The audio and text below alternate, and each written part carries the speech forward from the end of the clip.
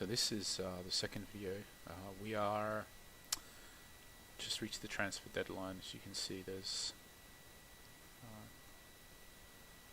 6 days left in June.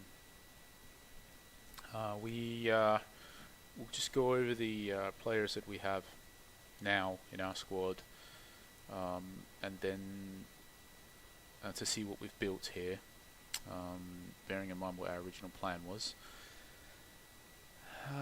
And then we can just discuss how the season has generally gone. I mean, there's a bit of a way to go. Still, it's not over, so we can discuss how we've done so far, and then also what we plan to do for the rest of this season, and what we plan to do at the beginning of next season to prepare for the following season. So let's just quickly go through. So right now, let's just work through the players one by one. We'll start with this guy though, because this was our goalkeeper that we started with, that we said that we were happy to keep and to start with, and it's exactly what we've done, and we've been happy with him. At the moment, obviously, he is injured, so he's not playing. Our guy that we said we'd be happy to have as our third choice keeper, he is our third choice keeper. And we have picked up for £11,000 a player that was a far superior backup keeper to what we originally had. So as you can see, he's only 20, he's got great determination and natural fitness. He's going to progress a lot from where he currently is, and even where he currently is right now, he's got very nice attributes, especially for a 20-year-old keeper. So we've basically picked up a player. I mean, he could conceivably be our starting keeper in the future, a potential great, very solid, top quality keeper potentially, and we picked him up for basically nothing, and very easy to get him. So we were happy with that purchase. So that's covering the keeper situation. I think to complete the cycle quickly here, that we've also picked up, got a transfer arranged for 100 grand here. That will complete at the end of the season. So we've also picked up this guy for 100k, and he is better, I believe. He's well, he's certainly better than our current backup second choice. He's probably better than our first choice keeper. So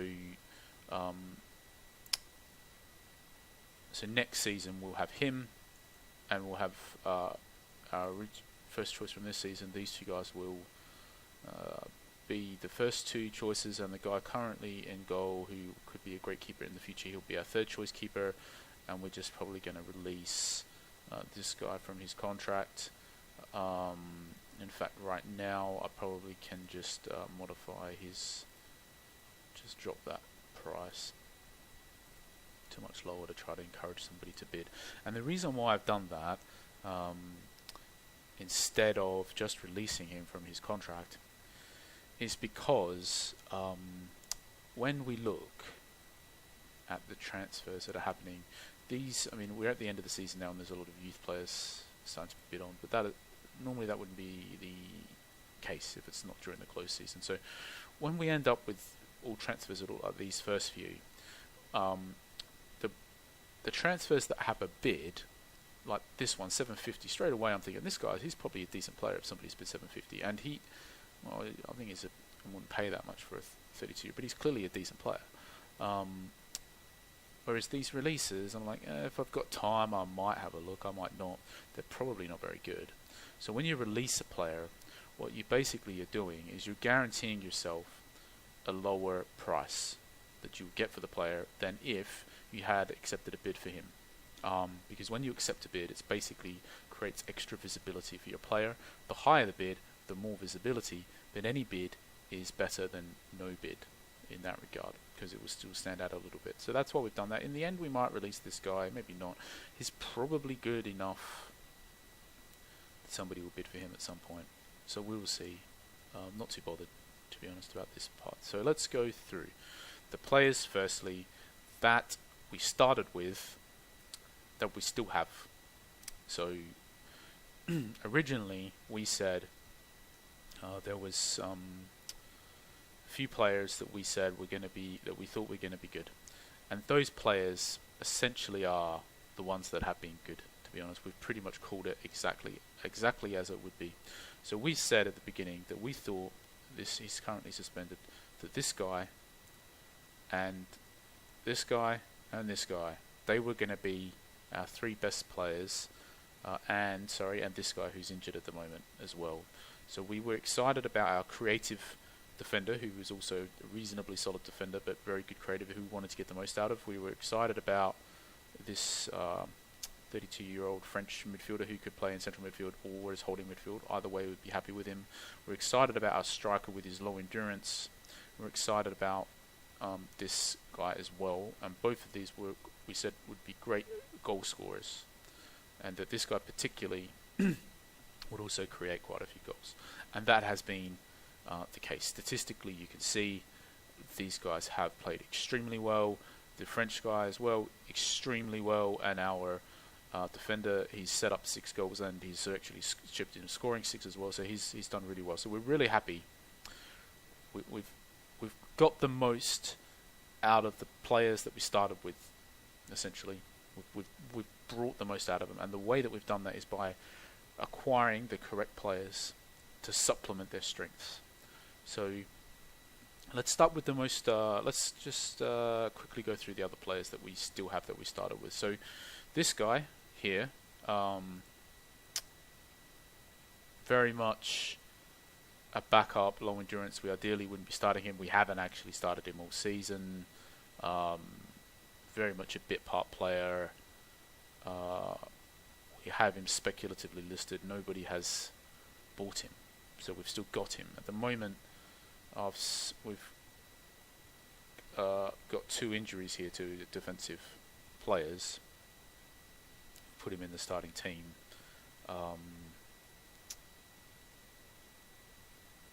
Maybe he shouldn't be with that low endurance. I mean, we haven't started him. He's just in there at the moment. Probably we could potentially shuffle that around a bit or something. But anyway, let's move on to the other players. So the other one was this guy who we said we would probably start.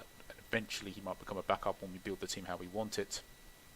He's basically just started the whole season. Played a combination of centre half and holding midfield, and he's done well. I mean, he's done a job. Happy to keep him on. I'm sure he'll play a part next season as well.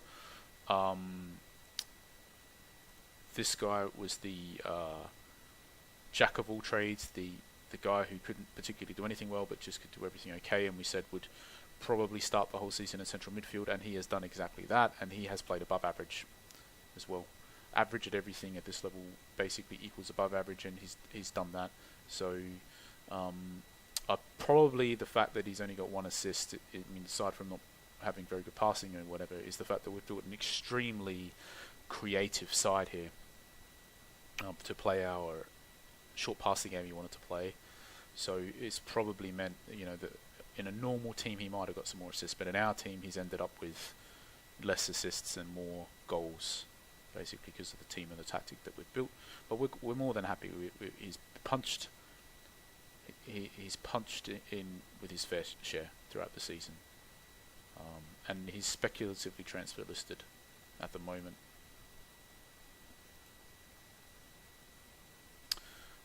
We have quickly this guy. We said he would score it. We said he would create. He scored. He's created. He's dominated. Happy, and we'll be happy to start him again next season. And if somebody wants to offer a lot of money for him, we'd also be happy to sell him. This guy, we said that he, as long as we could dominate the matches early, which we have done this season, that he would score a lot of goals, and he has scored a lot of goals. He's totally dominated. At this level, he is a clinical finisher. We also started with this guy, who we said couldn't start because of his low endurance and natural fitness. But we also said that very solid bench player. And he has started some matches because of injuries and the fact that we've actually sold a lot of our players this season. So we've kind of been in a state that we sold more players than we had hoped to sell for better prices than we thought we would get, or speculatively tried to get. So we've done really well in the transfer market selling, and because of that, we've ended up quite short-stuffed for some specific fixtures whilst we're trying to buy replacements, and this is why this guy's ended up actually starting quite a few matches, even though he's primarily been a backup. And we had him speculatively transfer listed, and he's currently in a negotiation that's going to finish in 4 hours, and we got, like we originally said, we've got a good price for this guy. Even though he looks quite nice and whatever, the fact that this endurance and this natural fitness basically means he can never start his whole career. So, and he's not good enough to be an impact sub. So we've got a great price for him. We're happy to lose him for that much. Plus, it's in the close season, so we'll still keep him for the rest of the season. So it's a pretty great deal for us, all in all, selling this player for that much. This player, I believe the reason why nobody has come in to bid for this guy still is because he's a right midfielder, and most users like playing the attacking midfielders and strikers and stuff. So a lot of users will use the left and right midfield. So that's one thing against him. I believe, we literally just dropped the auto accept value down to 100k today. It was 300k, I think. I think there's a good chance we'll sell this player during the close season for that much. As you can see, he hasn't actually played a single match all season, although he is sitting on the bench right now. We didn't start with him. Let's cover him at the end. We started with this player who actually had a bug with his position at the beginning, and he was a left back, I think, in the first video. And now, as you can see, he's actually quite versatile. He hasn't played, he's not good enough. Again, his asking price was 300, we just dropped it to 100. I don't know if we'll sell him or not for that much. We might. Let's see what happens. And we still have this guy who was our really nice looking creative defender. We tried him in right back and centre half in the beginning part of the season, and he just played a lot better in centre half. So he's ended up playing there. He doesn't have the great physical attributes, particularly the jumping for a centre half, but he has played better there, and I believe it's because we're not using wingers or anything, and we're not using sort of attacking fullbacks here. So I believe he basically ends up with more involvement in the distribution of the ball when we're in possession, playing centre half basically, than he does playing at the fullback positions. So he ends up having more influence and playing better. Very happy to keep that guy. We'll keep using it. This guy, he has played a combination of central midfield and holding midfield, mostly holding midfield, and despite that, he has 8 goals and 11 assists, and he's dominated defensively. This guy has been fantastic, basically, and we will be very happy to keep him for next season and play him again. And we covered the keeper already, and this keeper as well. So that's it from our starting squad. Everybody else has changed. So let's start with what we originally said that we absolutely wanted to recruit to make sure that we would have a great season, and that was basically a top class central midfield player, which ended up being this guy. Now, we had to pay 1.55 million to get him, so he didn't come cheap at all, but he is a premium player, and for a premium player you have to pay a premium price, and I think, considering how good this player is, we kind of got him for a bit of a bargain, I believe. Not a huge bargain, a bit of a bargain. So, and the reason why I believe we got him for a bit of a bargain here is because if we look at his career history, the team that we got him from, they were playing him as a striker, and he essentially was awful. He got 1 goal in 11 matches and only averaged 6.55. So now his natural position is striker, but he's also proficient at central midfield. And when we look at this player as a striker, I mean, the thing that really stands out here, like a sore thumb, is his 8 in finishing. He's never going to be a great striker.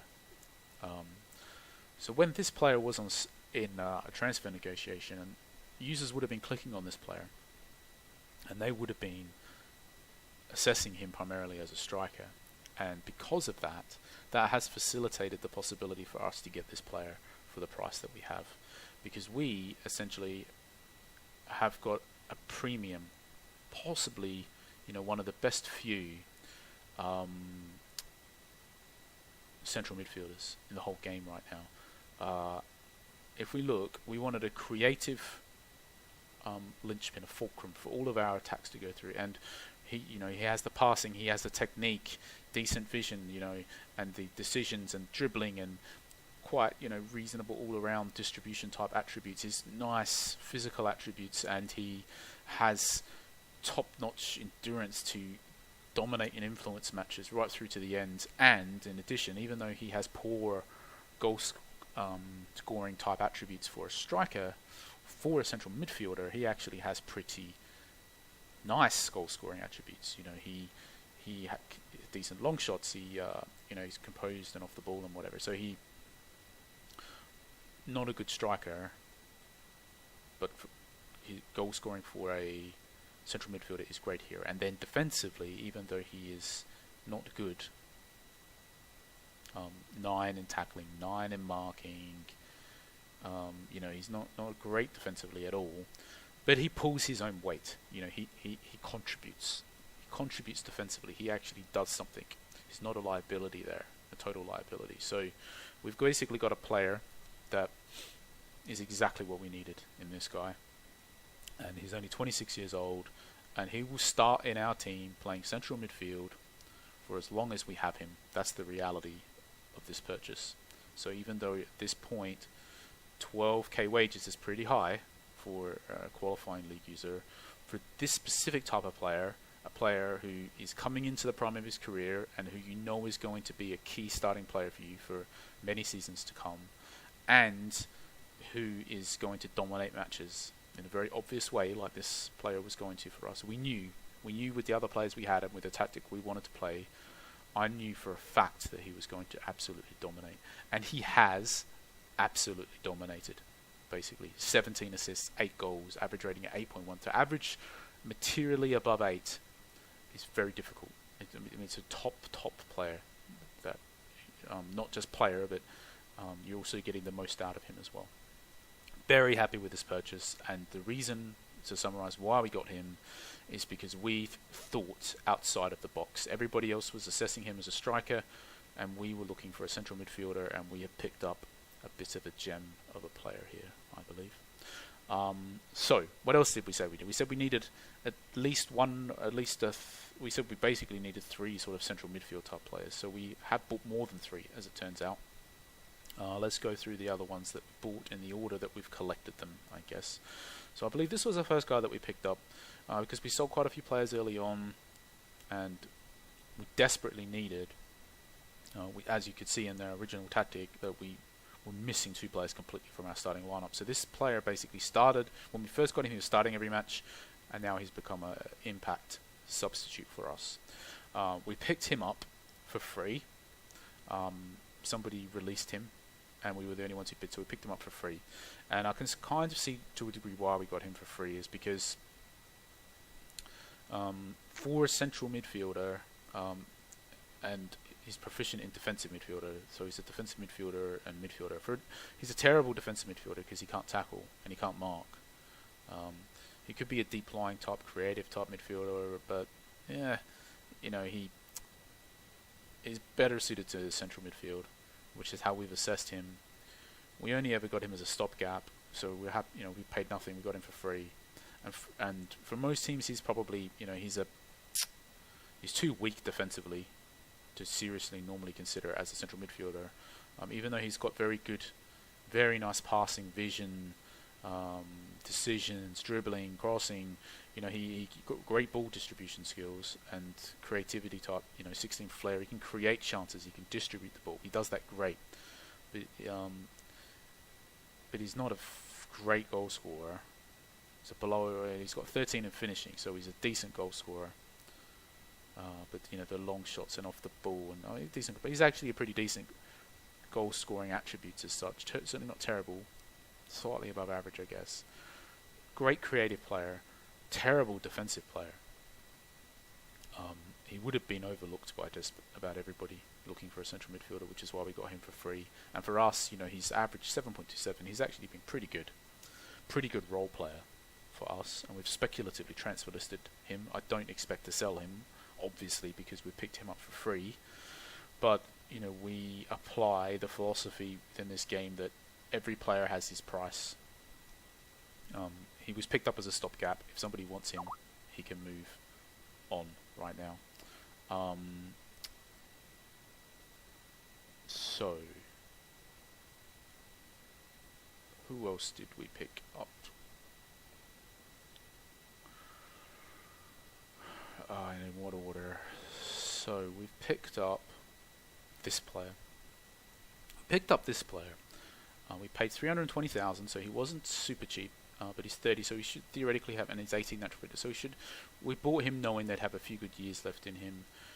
We were very impressed by his tackling and this nice little batch of reading of game and teamwork. We thought he'd be a really solid defender at this level. And with the finishing, that he might chip in with a few goals.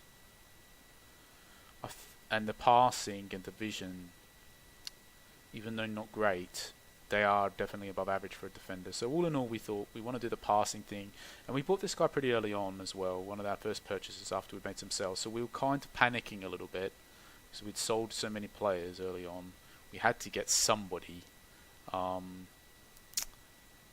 there were lots of reasons why we got this guy, as we've just discussed. Now, he started a lot of matches. We played him in left back, we played him in right back, we played him in centre half. So his versatility has been useful.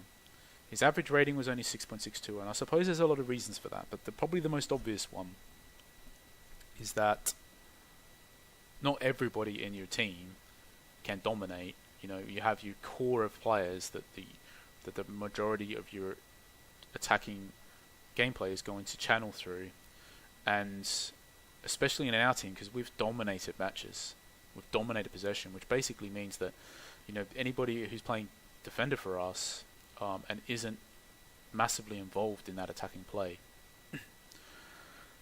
quite often they're just going to get a 6, or they're not going to get a great rating.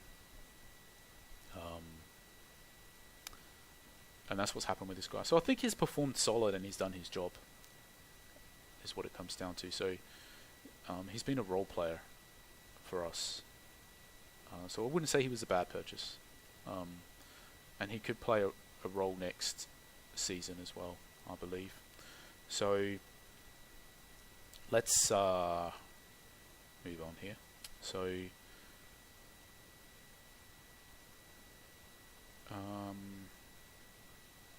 who else did we buy? I think they were the early purchases that have that we've played a lot. So everybody else was sort of picked up as the season has progressed here. Oh no, one more guy that we bought early on. So we picked up this guy as well, and again he was a bit of a panic purchase because we're selling so many players. So, and we picked him up because again he's a lot of other users. He wouldn't have hit their search filters. And why wouldn't he have hit their search filters? Because he's got 5 in pace. Not good. And because for a defender, his defending attributes are average. So these average attributes combined with this 5 in pace means that he's a pretty bad wide player. And then for a central player, he's not jumping isn't great. Basically, for a defender, he's pretty weak defensively. But 18 in finishing, he's got pretty good attacking attributes for a defender. very good, way above average. And he's also got pretty good creative attributes for a defender, and we want to play this creative type system. So we essentially coughed up 130 grand for a player who is 28, will have some resale value, has quite an odd attribute spread, which is exactly why we got him for this price. He's got the 17 endurance, so we start this guy and he's going to be running all the way through to the end of the match, and that is essentially mean on average is going to perform better than a player with superior attributes with lower endurance. And essentially we've started him this season because he's a role player, he plays into our system quite well, he's done a job, and he's averaged 6. He's been a good role player. He's speculatively transfer listed now. I doubt we will sell him, but if we do, we do. And for now, we're happy to have this guy in our squad for now, as a backup potentially for next season. But right now he's starting. Sorry. Right. We also bought this player recently, and again it was just due to selling some more players. So we've paid 300k for this player, and we did that basically because he is really good, is what it comes down to. Yeah, he's a bit slow and he can't jump and whatever, but the reality is that for a defensive player in a system that we're playing, which is ball, creative, keeping the ball, dominating matches, he defends great and he keeps possession for us. He's a fantastic player for us. So yeah, 300 was a bit pricey, but we essentially could afford to overpay slightly by a couple of players like this because we did so well selling in the transfer market. We pretty much got a really good price for every single player that we've sold, which we'll cover at the end. So he's essentially been bought as cover. I mean, he's starting for us next season. He'll probably be a backup. We might. We've already speculatively transfer listed him, so we're already braced for the fact that next season we want to improve upon this player in our starting team, but we would happily keep him as a backup.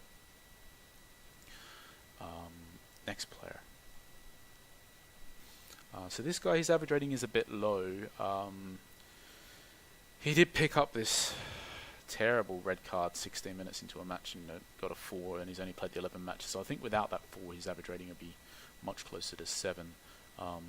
He's chipped in with a few goals, and he's only got 1 assist, which is a bit surprising because he has really nice distribution skills, passing skills. I think one mistake that we've made here, which we haven't been punished for because the overall level of competition just isn't that high, is we've just got too many really slow players at the moment, and that's a problem we're going to have to address next season because we will be in a much more competitive league. So again, this guy is speculatively transfer listed at 500k. He's done the job for us this season for the tactic that we're playing. He plays into that, does well for us, and he's in our starting team in central midfield. It's one of our 3 central midfielders. We bought this guy, and again he was another panic purchase because we just didn't have enough players to even field a proper team. So we paid 95k for him, and again he's a really nice defensive player who plays in well to our tactic and philosophy here of keeping the ball. So he's really nice in that regard. The massive shortfall is his endurance. Like, there's no way we can ever start this guy, but he's nice. We're bringing him off on the bench pretty much every game since we bought him, and we'll continue to do so, I believe. We'll probably, he's speculatively transfer listed again because we're doing that with everybody. But this guy we would definitely be happy to keep around as a substitute for all of next season, I think. This guy we signed as a free transfer, and we had to do so because we couldn't field a team. So we signed him, and actually, considering that, he's pretty nice, in my opinion. 20 years old, wing back, and for a wing back, he's actually got pretty nice attributes that suit him. I suspect there is a chance that we might be able to sell him for his auto accept value, possibly. Maybe not, but we'll try.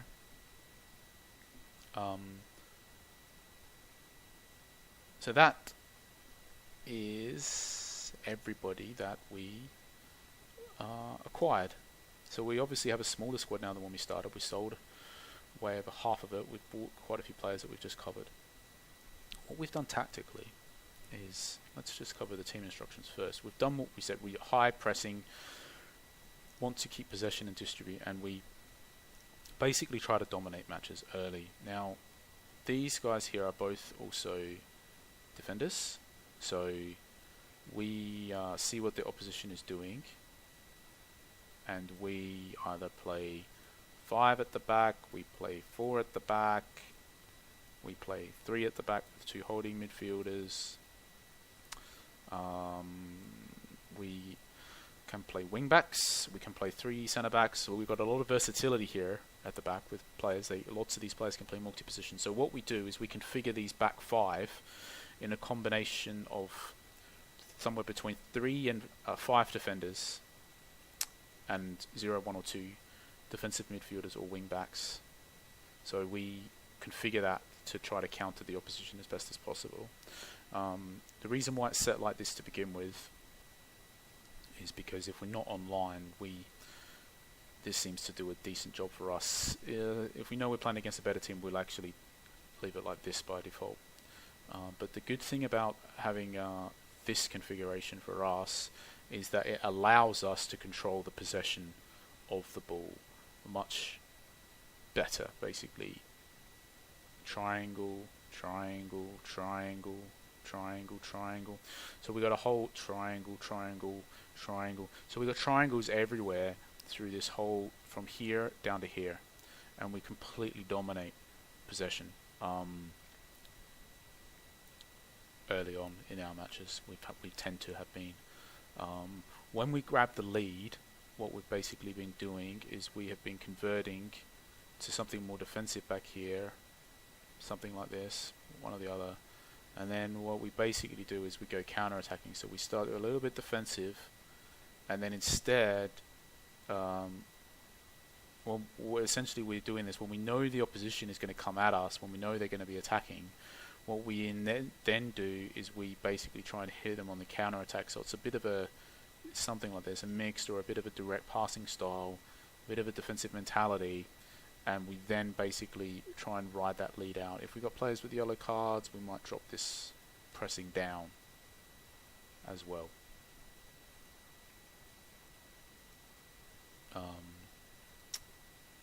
Okay, so tactically that's what we're doing, and that's the squad that we've ended up. Now if you look here, we've got a bit of an interesting something that has transpired, is that we only have 2 players in our whole squad that can attack. Basically, we've got 1 striker and this guy who can play attacking midfielder and striker, and we don't have another single player in our entire squad that can play above in front of midfield naturally, with the exception of this guy, who we know is a terrible striker and is a dominant central midfielder. So we wouldn't push him into striker even if we had nobody else available. We would probably play someone else up there instead. So that's what we've done. That's how we've transformed our team. Now, our net trading, we had paid $1.5 million for this guy, and then basically nothing. We can look through this. It's like 3, 6, 7, 50. So we've paid about 2.6 million, I think, something like that. And I know that at the moment,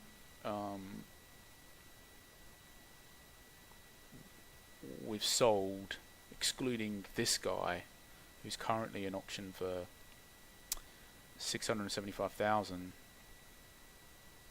We've sold about £6.5 million is what we've got for the players that we've sold. Now that was largely, I don't know if you remember, there was this 21-year-old attacking striker who we said be a nice sub to bring on for this guy, and who we said would never be a great player because his off the ball, I think, was just way too low. We did get $1.5 million for him, as we said we would, and then we also had a nice, I think he was Argentinian attacking right left winger striker player who had the nice determination but would never going to be a great player either. And we got something close to $1 million for him as well, holding out. So we did really well. We've spent the $2.5 million. Most of that on this one player who we could cash in easily now for more than what we paid for him if we wanted. And our net trading value, once we've sold this guy, I believe, and maybe we might sell somebody else yet, but it'll be something towards 5 million, I believe, in the positive. Our trading worth here, so it's 4.5 ish. We might sell somebody else, so let's not exaggerate. It's about 4.5 at the moment. 4.5 million up, and we've improved our squad, and we've kept our wage bill very reasonable,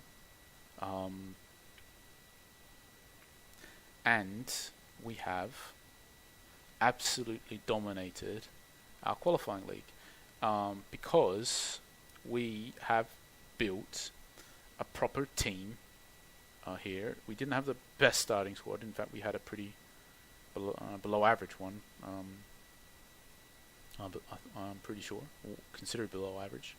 But what we've done is we've identified our best players, and we've got the most out of them by supplementing them with wheeling and dealing in the transfer market. And out of everybody we bought, we've only bought one player who cost any real money, and we did that in a very controlled way. We've got a player, even though we paid $1.5 million for him, he is worth more than $1.5 million. So it's a great investment. We know we could sell him for more than $1.5 million because we had an offer for $1.9 million somebody put in for him just the other day. So we already know that because of how well he's performed for us, he's attracting attention. We'd have to do a separate video in regards to how we managed to do so well in the league. We did better than I thought that we would personally. I very much was hoping that we would get, it's definitely a top half finish. Would have been disappointed if we didn't get that. I thought we could challenge for the top 5 or 6. But we've completely dominated. And the reason why we've done that is because we've got the best, we've made the most out of the hand we've been dealt. We've looked at our starting squad, we've identified our key players, we've identified the system that they can work together as a unit, and we've identified the gaps that we needed to fill early on, and we filled them basically with the perfect player. In the example of our 17 assist, £1.5 million man, he was the perfect player to take this team from being a top half team into a let's completely dominate the league team. Basically, I think he's single-handedly done that for us. Not to overstate the value here, winning isn't everything, especially in these qualifying leagues. It's far more important, which we'll cover in a separate video. It's far more important that you don't destroy your finances. So what you want to do here is you want to plan as best as you can for the future. Basically, you want to sell all of your players for more than what they're worth, and you want to buy good players for less than what they're worth. And obviously it's very difficult to do either of those things, but that's what you need to do, one step at a time. And you don't want to pay high wages for anybody who isn't basically more than earning those wages for you. So you want to have a very controlled the finances that our wheeling and dealing in the transfer market combined, so to speak. I mean, we've not been all we've done is got rid of the players we don't want and bought players that we do want, if we call that wheeling and dealing. So but we've managed to make £4.5 million doing that, on top of the money that you naturally earn through the season. We got some bids down now. Let's have a look. Finances. So, but right now we've actually got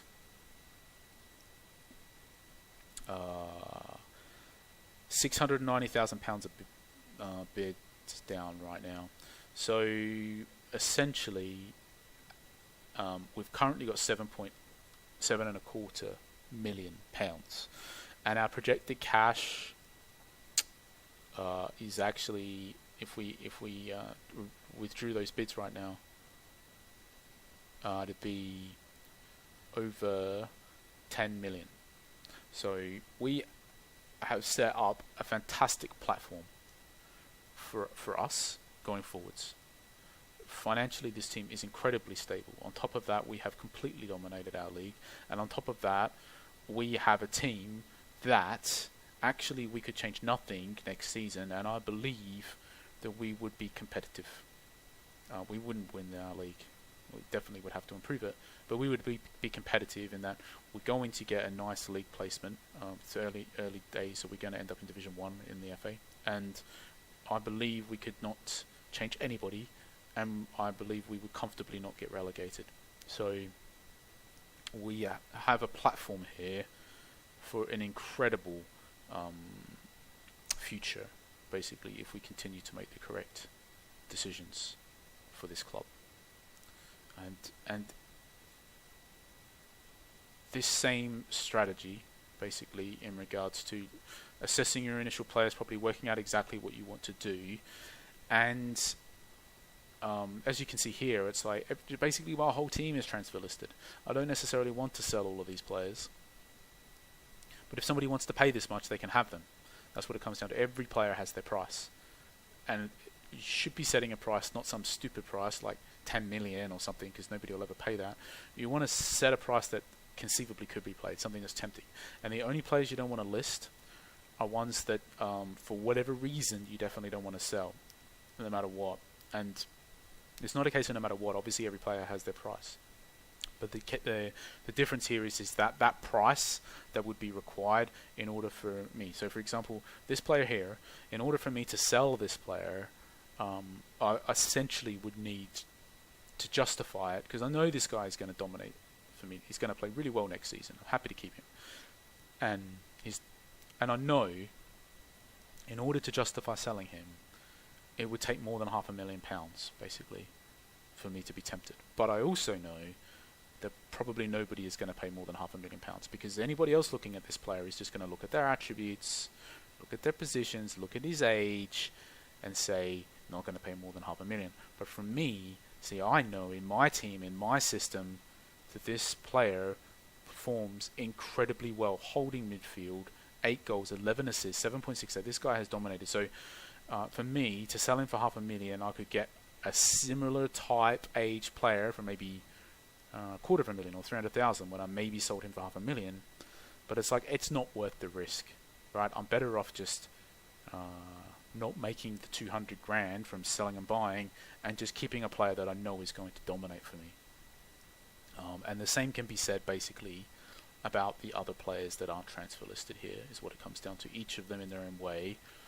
What it comes down to is that realistically the highest price I could possibly hope to get for any of these players, it wouldn't be enough for me to justify selling them. So if I transfer list, for example, this guy now at a price that I would happily take, say, I don't know, 1.5 million or maybe even $1 million, but let's just say for argument's sake I listed him at 1.5 million, then nobody will bid 1.5 million, but somebody might come in and bid, because he's transfer listed, notice him and bid 600,000, and I wouldn't accept 600,000. So what's going to happen then is basically he's going to get the £600,000 bid. He's going to be valued at 600,000, and his wage demand's going to go up. So all I'm doing by transfer listing these players that I know I won't sell no matter what, I'm just basically encouraging users to bid, which in turn is going to force their wages up. So the reason why these guys aren't transfer listed is because I know that no user is going to pay enough that will tempt me into selling them. But everybody, and as you can see, there's no coincidence here that when you look at these 5 players, okay, so he's averaged 8.13, 7.55, 7.9, 7.68, 7.36. So these are the guys that have dominated for me. I don't want to lose them. If I keep them as my core next season, I'm going to have a good season. Everybody else, however, has their price. And actually, when you look at these prices, my goalkeeper aside for a second,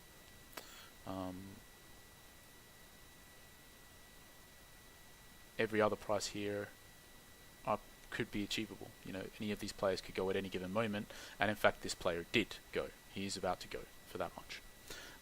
So I'll do a separate video, or maybe a couple videos about. Okay, so the other key, the key thing is we've got the tactic and we got the players, and we decided how we wanted to play it out. But actually, in order to have this record in the league, there's a little bit more to it than having a plan at the start of the season. In every single match, you have to make the correct tactical decisions to try and get the best result possible. And we can talk about that a little bit in a separate video about how we get results during matches, essentially. Not guaranteeing, obviously, because anybody follows this advice, they'll end up with this record. But the point here is that, even if you follow a few tips and it just turns a couple of matches that would have been draws into a couple of wins, all of a sudden that's 4 more points, and that can easily be the difference between winning a league, not winning a league, getting relegated, not getting relegated, etc. So every point counts, literally, and we'll do a video to give you some tips about how you can get some more points in your league, which could make all the difference for you. But for now, that is all we'll cover in this video. We've taken the squad that we started with. We had a plan. We implemented it. It worked. We've made a lot of money to set solid foundations for this club financially going forwards, and we've improved the playing squad. And we also, even though we could definitely look to improve the team for a much more competitive season next season, we should be competitive enough to not be relegated, even with what we've actually currently got.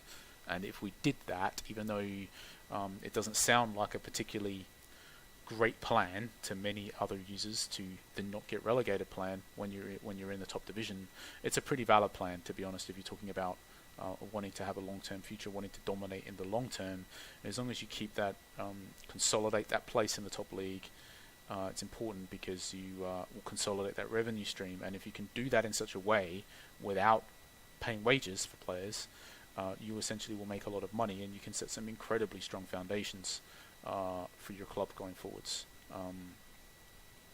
It's just the classic case, I guess, here of whether what would you rather do as a club? Would you rather finish 3rd, 4th, 5th and compete every season, or would you rather finish 15th, 10th, 12th, but then have a period where you might win the league 3 or 4 seasons in a row?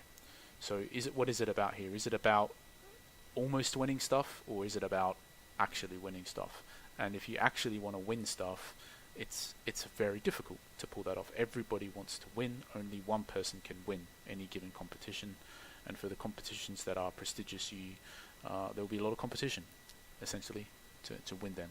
So I have no illusions that despite having a very good qualifying campaign this season, we probably won't be winning the Division 1 next season, and we probably is not the correct decision at this point in time to destroy this platform that we've established for ourselves, this very strong financial platform that we built a great future for our club, and we wouldn't want to just rush into and overpay and buy some stupid, make some stupid purchases to try and finish a bit higher in the league next season. The important thing for next season is that we don't get relegated, and that we continue to build upon this squad. So we'll do another video early next season, so that we can see what's happened this close season.